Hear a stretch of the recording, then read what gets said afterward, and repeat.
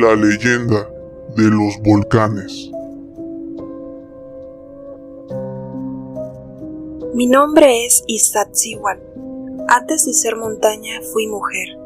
Antes de ser silencio eterno, mi voz nombraba las flores de los jardines de mi padre. El gran Tlatoani de Tlaxcala. Mi mundo era un tapiz de orden. El aroma del copal al amanecer, el murmullo de mis doncellas, el ciclo preciso de las ceremonias. Yo vivía en el centro de esa quietud, pero siempre supe que era una quietud frágil, como una capa de hielo sobre un abismo oscuro, y mi única ancla a esa superficie era él, Popocatépetl. Él no era como los otros guerreros, cuyos ojos reflejaban la sed de la gloria o la brutalidad del poder. En la mirada de Popocatépetl había un fuego oscuro, un caos controlado que solo se calmaba al encontrar mi quietud. Tu silencio es el centro del universo, mi princesa, me dijo una vez, mientras sus manos, acostumbradas al peso de la macana de obsidiana, sostenían las mías con una delicadeza que me hacía temblar. Cuando la guerra me llama, no lucho por el Tlatoani, ni por la tierra, ni por los dioses. Lucho por regresar a este preciso instante, al único lugar donde el universo tiene sentido. Pero yo sentía algo más. Una sombra en los rincones del palacio. Una presencia que se deleitaba con las grietas de nuestro mundo perfecto. Era un rival de Popocatépetl, un guerrero de sonrisa torcida y ojos con fragmentos de obsidiana, vacíos de luz. No codiciaba mi amor, lo despreciaba. Codiciaba el desorden, el caos que mi dolor podría desatar. Era el heraldo de la entropía. Lo veía a veces, un reflejo fugaz en un estanque, una silueta en el umbral, siempre observando.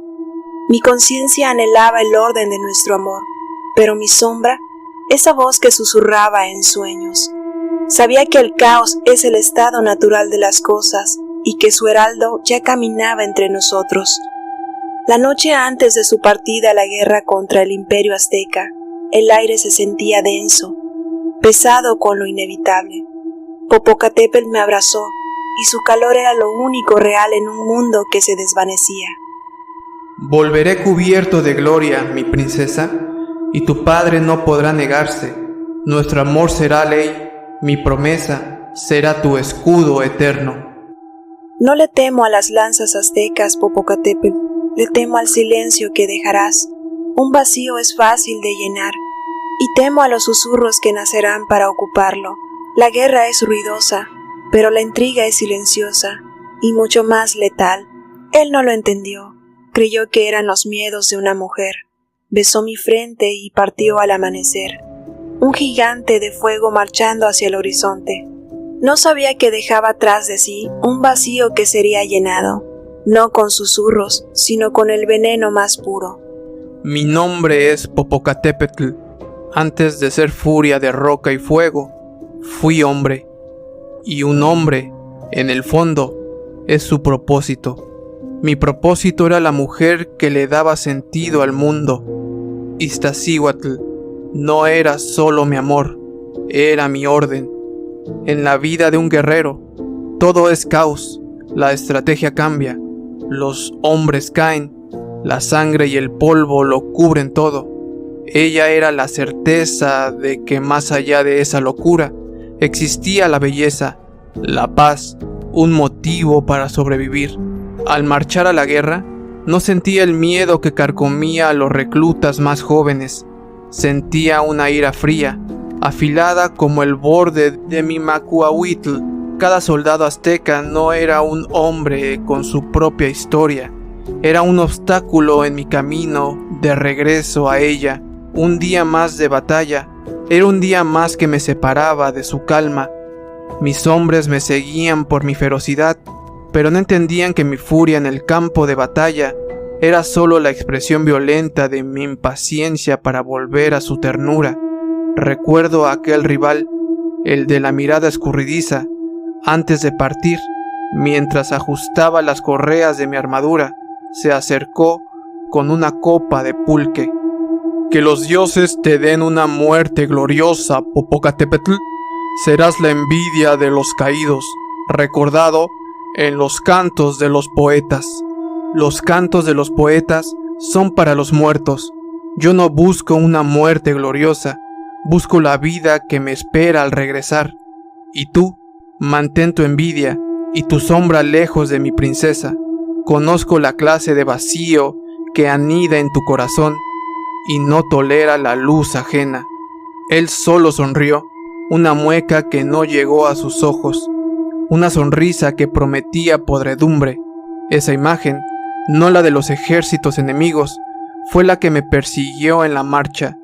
El caos de la guerra no me asustaba, era un caos que entendía y dominaba. Lo que me aterraba era el caos sutil, silencioso, que un solo hombre ruin podría sembrar en la quietud de mi hogar. Por eso luchaba con la brutalidad que asustaba incluso a mis propios capitanes. No luchaba por Tlaxcala, luchaba contra el tiempo. Tenía que volver rápido. Los días se convirtieron en una larga noche sin luna. El silencio en el palacio dejó de ser pacífico. Se volvió un grito sordo, una presión en mis oídos. El orden se había roto. Y entonces, la sombra que siempre había acechado en la periferia encontró su voz. El rival, cuyo nombre es una plaga que me niego a recordar, comenzó su paciente y terrible obra, no con anuncios públicos, sino con veneno destilado en susurros. La guerra es un dios hambriento, mi princesa, me decía, encontrándome por casualidad, cerca de los estanques de Nenúfares. Su voz era calma, casi piadosa. Y los dioses, para mostrar su poder, siempre exigen el sacrificio más valioso. Es su forma de recordarnos nuestra fragilidad. Sus palabras eran como gusanos, reptando en los bordes de mi mente. Yo me aferraba a mi conciencia, a la memoria del fuego ordenado en los ojos de Popocatépetl, a la certeza de su promesa. Pero la semilla de la duda es una cosa monstruosa. No necesitaba luz para crecer, se alimentaba de la oscuridad. Una tarde, mientras observaba el humo de los templos ascender en espirales hacia el cielo, él se acercó de nuevo. Su sombra cubrió la mía. Los sacerdotes han leído malos augurios en el humo del copal. El espejo de Tezcatlipoca se muestra nublado. Dicen que el dios exige un corazón valiente para aclarar el camino a la victoria. Un gran guerrero ha caído, princesa, para aplacar su ira divina. Mientes. Popocatépetl es bendecido por los dioses. Su fuerza es su escudo. Él volverá. Oh princesa, los dioses no bendicen, solo comercian. Toman una vida para salvar a 1000. Es un balance cósmico. ¿No es ese un sacrificio noble? El sacrificio de tu amado para que nuestro pueblo pueda vivir. Él se ha convertido en leyenda. Se fue, dejándome con esa palabra resonando en mi cabeza. Sacrificio. Mi mente, mi ordenado jardín interior, comenzó a fracturarse. Las malas hierbas del miedo lo invadieron todo. La imagen de Popocatépetl victorioso se desvanecía, reemplazada por visiones de su cuerpo roto en un campo de batalla anónimo, su mirada de fuego extinguida para siempre. El caos, que siempre había presentido como una amenaza lejana, comenzaba a devorarme desde adentro. La guerra fue larga, brutal y sin gloria. Los aztecas caían ante nuestra fuerza, pero el precio era un río de sangre que empapaba la tierra. Noche tras noche, junto al fuego, mientras mis hombres celebraban o lloraban, yo afilaba mi macuahuitl y miraba hacia el sur, tratando de encontrar la calma en el recuerdo de Iztaccíhuatl. Pero mis visiones, antes claras y puras, se volvían extrañas, obscuras. Una noche, en un campamento temporal, un chamán leyó las entrañas de un ave para predecir el resultado de la siguiente batalla. Yo no presté atención. En cambio, observaba el humo de nuestra pira ceremonial.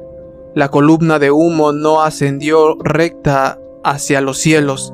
Se retorció sobre sí misma, densa y oscura, adoptando la forma inconfundible de una mujer recostada, inmóvil, como una efigie en una tumba. Un escalofrío antinatural, que nada tenía que ver con el frío de la noche, me recorrió la espalda.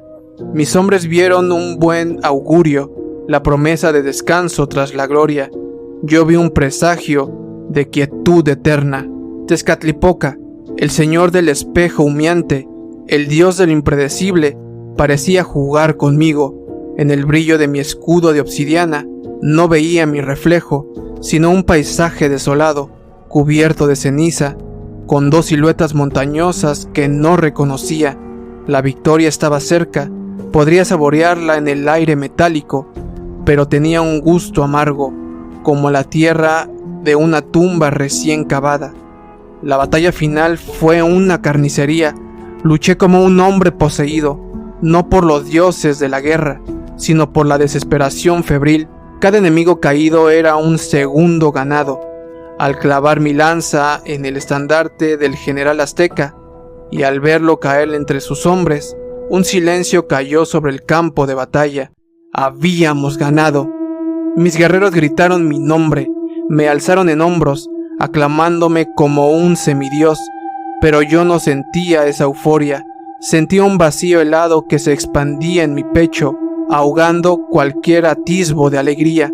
La guerra había terminado, el orden había sido restaurado, pero el cosmos me estaba susurrando una verdad aterradora.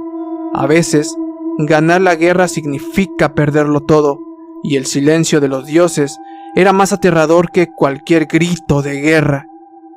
La mentira final no fue un susurro, fue una ceremonia.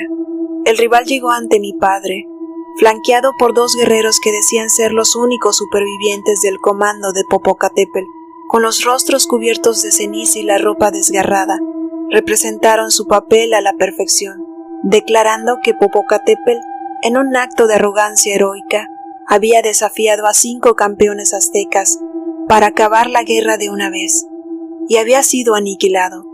La noticia se esparció como la peste volando por los pasillos del palacio. Mi padre, el gran Tlatoani, rompió a llorar. La corte entera guardó un luto ruidoso y performativo. Pero yo no sentí nada. Fue una calma aterradora, antinatural. El caos no había ganado, simplemente había borrado el tablero de juego. Mi conciencia, el pequeño pájaro cantor que vivía en mi pecho, se replegó a un rincón tan diminuto de mi ser que apenas podía respirar. El resto era un desierto de hielo. Esa noche me miré en un espejo de obsidiana pulida. No vi mi rostro, vi una máscara blanca, una cara de piedra sin expresión. Vi el rostro de una diosa muerta. Me reconocí en Chalchihuitlicue, la mujer de la falda de jade, la diosa de las aguas quietas y frías, de los lagos de montaña y de los muertos ahogados. Comprendí mi destino. No moriría de amor, el amor es fuego y pasión. Moriría de ausencia de él. Moriría de un vacío tan absoluto que colapsaría mi cuerpo sobre sí mismo. Mi carne comenzó a enfriarse.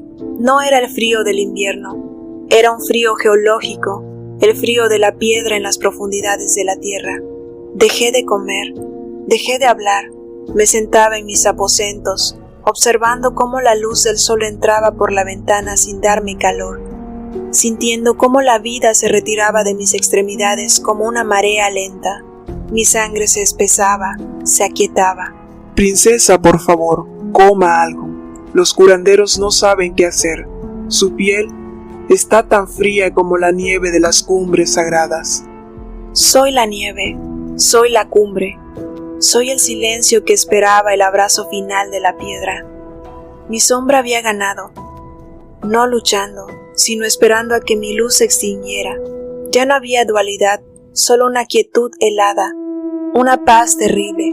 Cerré los ojos, no para dormir, sino para empezar mi verdadera vigilia, la de la piedra, el hielo y el silencio eterno. El viaje de regreso fue una marcha a través del infierno personal.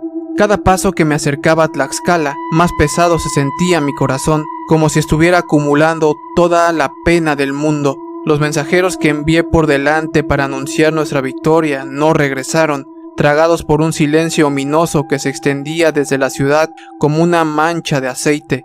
Cuando finalmente mi ejército victorioso llegó a la cresta donde se divisaban los templos de mi hogar, no hubo multitudes para recibirnos, no había música, ni flores, ni vítores, solo un silencio sepulcral que pesaba más que 1000 gritos.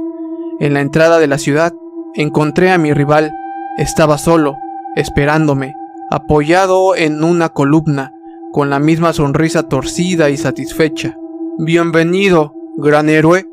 Has traído la paz a nuestro pueblo, la paz por la que se pagó un alto precio. ¿Dónde está Iztaccíhuatl? ¿Por qué este silencio de tumba? La princesa, la delicada princesa, no pudo soportar la noticia de tu gloriosa muerte en batalla. Su corazón era demasiado frágil, demasiado puro para este mundo. Se entregó a la tristeza y se apagó como una vela. ¿Murió de amor por ti, guerrero? ¿No es la historia más poética que jamás hayas escuchado?» El mundo se detuvo, el aire se solidificó en mis pulmones. Lo miré y lo comprendí todo en un instante de claridad terrible. Su mentira, su veneno, el caos que había desatado por pura envidia. No sentí la ira roja y caliente de un guerrero, no sentí la pena negra y profunda de un amante. Sentí algo mucho peor, un frío blanco de la nada absoluta. La dualidad dentro de mí murió, mi conciencia, mi amor por el orden, fue incinerada en ese instante y solo quedó mi sombra, una oscuridad tan vasta y fría como el espacio entre las estrellas. Tú no la mataste, mataste al hombre que yo era, lo que quedaba en su lugar, y te lo deberá a ti por toda la eternidad. Pasé a su lado sin tocarlo. La venganza física no era un acto demasiado humano, demasiado insignificante para la escala de mi dolor. Mi guerra no había terminado, acababa de empezar una nueva, una guerra silenciosa y personal contra los hombres, contra los dioses y contra la propia estructura de la existencia. Encontré su cuerpo en un lecho de flores blancas, ya marchitas y ennegrecidas por el frío que emanaba de ella. Estaba fría, tan terriblemente fría. Su piel tenía la palidez y la dureza del mármol. No lloré. Las lágrimas son para los hombres que aún tienen algo que perder, y a mí ya no me quedaba nada. Era un monumento andante al dolor. Ignoré a su padre, el Tlatoani, que se deshacía en lamentos inútiles. Ignoré a los sacerdotes, que hablaban de ritos y ofrendas a dioses que habían demostrado su indiferencia. Tomé su cuerpo en mis brazos. Era ligero, como si su alma, cansada de esperar, ya hubiera sido reclamada por la tierra. La llevé fuera de la ciudad, hacia las grandes montañas que se alzaban como los huesos del mundo. Reuní a mis guerreros más leales, aquellos cuya lealtad no era hacia un Tlatoani, sino hacia el fuego que veían en mis ojos. Escuchen, los hombres y sus mentiras nos han quitado nuestro mundo. Los dioses y su silencio lo han permitido. Por tanto, ya no serviremos a ninguno. No construiremos un templo para ellos.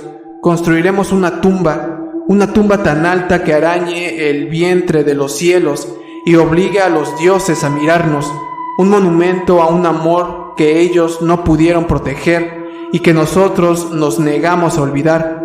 Vamos a construir una cicatriz en la faz del mundo. Durante días y noches que se fundieron en un crepúsculo gris y eterno, trabajamos, no con una precisión de los arquitectos, sino con la furia de los titanes. Apilamos 10 cerros, movimos millones de rocas con la fuerza bruta de la desesperación. Construí una montaña para mi princesa muerta, una cama fúnebre de una escala que avergonzaba las pirámides de los dioses. La dualidad de mi ser se había resuelto en una sola misión: desafiar la finitud y el olvido en un acto de locura geológica. Mientras construíamos nuestra obra de desafío, sentí la mirada de los dioses sobre nosotros. No era una mirada de compasión ni de ira, era una mirada de fría y distante curiosidad. como la que un niño dirige a una colonia de hormigas cuyo hormiguero ha decidido destruir. Sentí a Tezcatlipoca, el del espejo humeante, regocijándose en mi dolor, viéndolo como la más pura manifestación del caos que tanto amaba. Sentía a Huitzilopochtli, el dios de la guerra, que me había dado la victoria, ahora burlándose de la absoluta inutilidad de mi triunfo. Una noche, mientras la luna llena bañaba nuestra obra imposible con una luz fantasmal, un viejo sacerdote se atrevió a subir y acercarse a mí. Gran guerrero, Popocatépetl, detente. Esto es una blasfemia. Estás alterando la tierra sagrada, el cuerpo de Coatlicue. Los dioses se enfurecerán, traerán la ruina sobre todos nosotros. Que se enfurezcan. Su furia no es más que una brisa comparada con el huracán que ruge dentro de mí. Ellos comercian con vidas y se alimentan de nuestra fe. Yo construiré un monumento con la muerte y el desafío, que vean desde sus cielos de mentira que el amor de un hombre puede ser más grande y más terrible que su divina indiferencia. Esto no es una tumba, sacerdote, es un trono de mi dolor, y desde aquí reinaré sobre mi propia desolación. Comprendió que no hablaba con un hombre roto por el duelo, sino por una fuerza de la naturaleza que había trascendido la razón y el miedo. Mi sombra ya no era parte de mí, yo era la sombra, y estaba construyendo mi propio infierno personal, uno de roca y hielo, para reinar eternamente sobre mi desesperación. Cuando la última roca fue colocada, cuando nuestra obra de locura se alzó contra las estrellas, subí a la cima. El ascenso fue mi última peregrinación como hombre. El aire era delgado y cortante, y cada bocanada quemaba los pulmones. El mundo de los hombres, con sus ciudades y sus intrigas, se veía pequeño, insignificante, una maqueta olvidada. Recosté con cuidado el cuerpo de Iztaccíhuatl sobre la cumbre helada. Su perfil, contra el cielo estrellado, ya no era el de una mujer muerta, sino el de una diosa dormida en la eternidad. La Vía Láctea parecía un río de lágrimas derramado por ella. Entonces la nieve comenzó a caer. No eran copos suaves y gentiles, sino agujas de hielo llevadas por el viento, que cubrían su cuerpo, su rostro, su vestido. La naturaleza la reclamaba, vistiéndola con su mortaja más pura y cruel. Me arrodillé a su lado, el orden contra el caos, la vida contra la muerte. Todas esas luchas humanas me parecieron un juego de niños. La verdadera batalla, la única que importaba, era contra la nada, contra el olvido. Tomé la antorcha encendida que uno de mis hombres me había dado. Su humo se arremolinaba, negro contra la nieve blanca, un estandarte de mi dolor. Te prometí un escudo eterno, mi amor, y eso seré, no en la vida que nos robaron, sino en la majestuosa muerte que he construido para nosotros. Me incliné y besé sus labios helados. No hubo calor, solo el sabor del hielo, de la piedra y de la finalidad. Fue un beso de despedida, no a ella, sino a mi propia humanidad. En ese instante, le transferí mi último aliento cálido y sentí como el frío de su cuerpo lo extinguía para siempre. Renuncié a mi carne, a mi sangre, a mi nombre. Acepté mi nueva naturaleza, una de vigilancia eterna, una de fuego interior y silencio exterior. Me arrodillé allí, junto a ella, sosteniendo la antorcha en alto como si fuera el último estandarte de un ejército aniquilado. Los días y las noches pasaron, pero para mí ya no existía el tiempo. El sol y la luna se convirtieron en luces parpadeantes e irrelevantes en la periferia de mi visión. Solo existía la vigilia. Mis guerreros, viéndome inmóvil como una estatua, comprendieron que mi viaje había terminado. Uno por uno, descendieron en silencio, dejándome solo con mi dolor, mi propósito y el cielo indiferente. El frío de la cumbre debería haberme matado en horas, pero el fuego de mi interior era más fuerte. Era un fuego alimentado, no por leña, sino por el odio puro hacia el rival. por el amor roto hacia Iztaccíhuatl, por el desprecio a los dioses y por la futilidad de la existencia. La antorcha no se consumía. Su llama, alimentada de mi propia alma, era un faro de desafío en la oscuridad del mundo. Miraba su rostro sereno, cubierto por una capa de escarcha que brillaba bajo las estrellas, y la terrible verdad de nuestra condena se reveló ante mí con una claridad cristalina. Ella sería la belleza eterna y silenciosa, y una obra de arte fría para ser admirada desde la distancia. Yo sería el guardián monstruoso y atormentado, la furia visible que advertiría a todos que no se acercaran. Éramos una paradoja cósmica, éramos el orden y el caos, condenados a velarse mutuamente por toda la eternidad. Un recordatorio perpetuo de que las pasiones más grandes forjan las prisiones más terribles. Comencé a sentirlo entonces, un temblor profundo, que no venía de la tierra, sino de mis propios huesos. El cambio había comenzado. La transformación no fue un regalo de los dioses compasivos, fue una agonía, un horror existencial que duró una eternidad. Sentí mis pies hundiéndose, no en la tierra, sino fundiéndose con la roca de la montaña que había construido. Escuché un sonido nauseabundo de mis propios huesos al alargarse, engrosarse y retorcerse, convirtiéndose en los cimientos de mi nueva forma.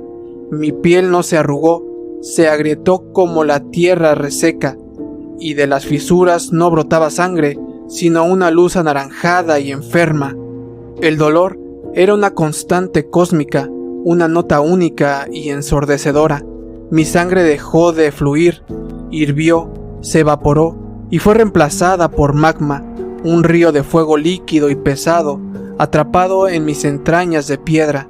Mi corazón, que había latido por ella, ya no latía, colapsó sobre sí mismo y se convirtió en una caldera, un horno de furia y pena inextinguible.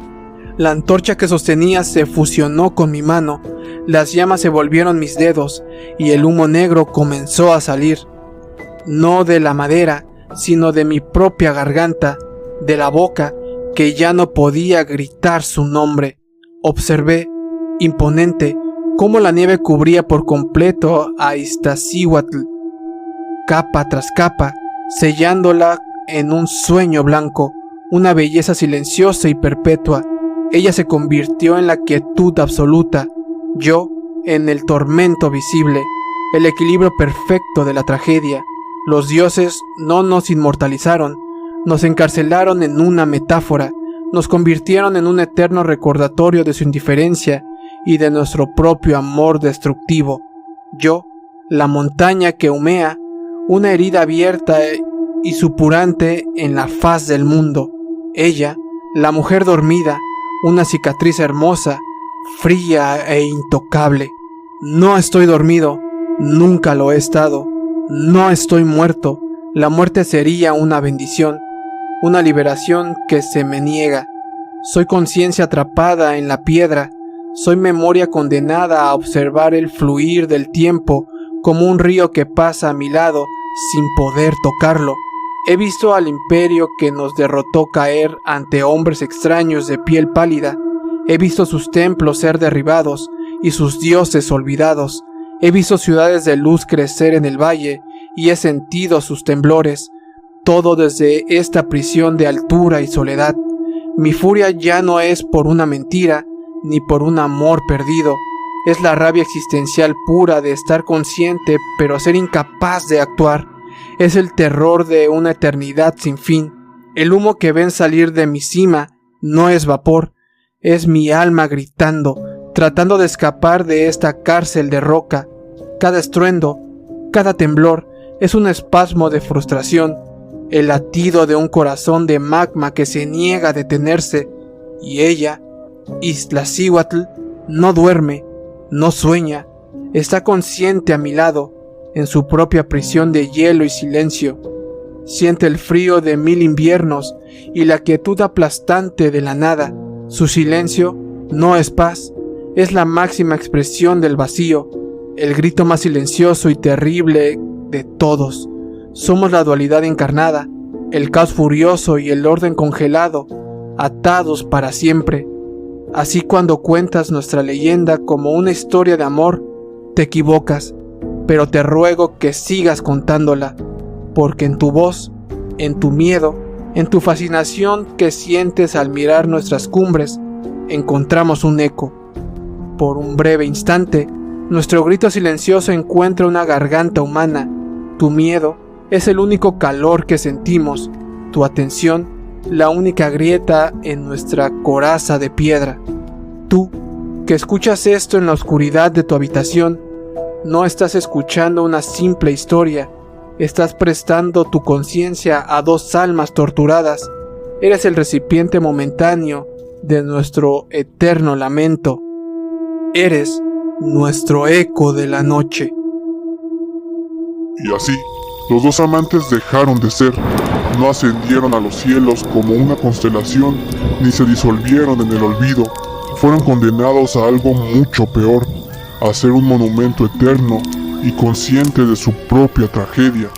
Popocatépetl, el caos ardiente, Iztaccíhuatl, el orden congelado, ya no son una historia de amor, sino la geografía de una herida psicológica, una cicatriz en el alma del mundo visible para todos. Él no es el guardián noble, es una prisión de furia, un corazón de magma que late en el pulso de un dolor que nunca cesa. Su humo no es una ofrenda, es el aliento de una pesadilla sin fin. Ella no es una belleza durmiente, es la encarnación de la quietud absoluta, una conciencia atrapada en el cielo, sintiendo el vacío de la eternidad en un silencio que es, en sí mismo, un grito. Son la dualidad llevada a su extremo más terrible, la pasión que se consume a sí misma y la paz que se ha convertido en una muerte en vida. Su historia, por tanto, no es un romance para ser susurrado a la luz de la luna, es una advertencia, un mapa terrible de la psique humana cuando se fractura. Nos enseñan que un amor, cuando se corrompe, no solo muere, sino puede mestatizar en un odio cósmico, y que un dolor, cuando no encuentra consuelo, puede petrificarse hasta convertirse en parte del paisaje, un lamento silencioso que, si prestas suficiente atención, aún pueden escuchar en el viento un eco en la noche.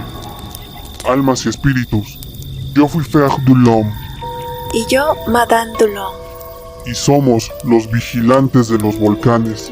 Recordad, la noche escucha y los ecos resuenan. Dejen sus comentarios, denle like, compartan este eco de la noche con aquellos que se atrevan a escuchar.